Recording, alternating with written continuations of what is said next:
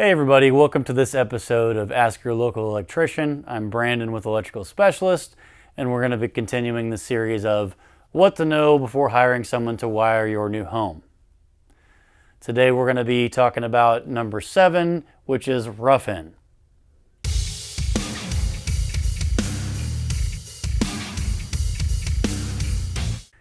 So when someone says rough-in, what do they mean? Rough-in is typically a term used to mean inside the walls. So this means boxes, this means wiring, this means anything that needs to be installed inside the walls before the sheetrock goes up. That's typically what rough-in includes. So the first part of rough-in is what we call box out. So what is box out? Box out is installing all the electrical boxes that we had prior walked through with the homeowner, decided where things went, decided where the switches are going to be switched from, where that TV plug is going to go on the wall, above the mantle, on the fireplace, where that hot tub is going to be sitting outside. We've got all the locations, so now we're installing all the boxes where they need to go.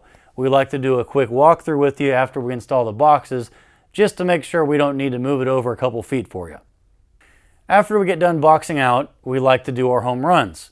This isn't baseball, unfortunately, but it's a very similar thing where we talk about running wires from the home, which is the panel, to all the locations where all the circuits go. So this is installing all of the circuits, from bathroom circuits to kitchen circuits, to the hot tub again, to any appliance, or your basic general use circuits for lighting. We typically have one guy working all day, maybe for a couple days, just running these. Now, a crucial part of running the home runs is panel placement.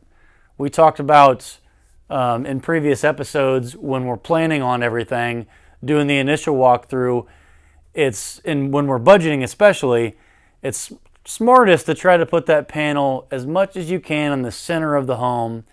That way, not just will it keep the budget down for how far the wire has to travel, but it'll also keep the time expectancy down on how long it will take to install. So you got to imagine if the panel is installed in the middle of the home, say in a laundry room where they're going to go up, over, and down to the bathroom per se, as opposed to in the garage where it has to go up, over a vaulted ceiling, through a hallway, and then down 2 levels. That's going to take about 3 times as long to do. So panel placement is a big deal when it comes to running your home runs. Next, we're going to do grounding and bonding. Let's not overcomplicate it. It's as simple as it sounds. This is getting the best path to earth ground. That way, any electricity that we don't want traveling somewhere goes directly to ground. We don't have any concerns. We're going to basically do this by driving ground rods at your meter location, running a ground wire from your panel to the water main, or running what's called a U for ground, which if we work with your contractor, they'll stub up a piece of rebar that's buried so far underground that's actually even better grounding if that's capable. The next step is the service. This is the big heavy lifting. It's also a milestone of getting the house done. So this is an exciting part as well. So if they haven't trenched the pipe in, we're going to get it trenched in. We're going to bring in machinery. We're going to move dirt. We're going to get the pipe in. Your power provider is going to be part of this, getting from your either pedestal or your pole to your house. We're going to get the panel installed, and we're going to move that temporary power from outside to permanent power in your home, which is a big deal. Now it's time to wrap up. We've got temporary lighting that we like to put in for the sheetrockers and the mudders and finishers.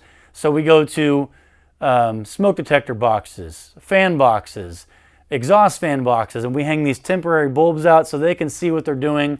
They don't have to drag in their own lights.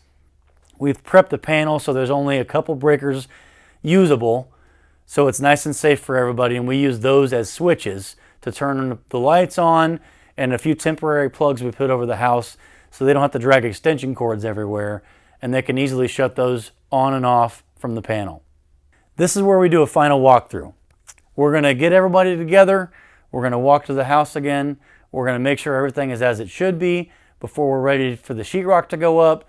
We're going to do a 100% walkover to make sure everything's right. And then we're going to do testing. We're going to make sure that every wire that we pulled has power it's got 120 volts or 240 volts, whatever it's supposed to be. That way we're not opening up walls later in your brand new kitchen with the paint, having to patch it. I will say, be cautious. Even good, experienced contractors can make mistakes. The difference is, how do they handle them when mistakes are made? If it's totally the contractor's fault, they'll typically pay for it, but it's a case-by-case basis. But this is why we test, to make sure none of that happens. After everything's said and done, we've done a final walkthrough. Now we're going to take off. You won't see us again until paint is dry and we're ready for trim out. Hey everybody, thanks for watching, hanging out with us. If you have any more questions, or if you want to know more about any of these subjects we cover, go to our website at www.especialists.pro. There's tons of stuff on there to get you through it.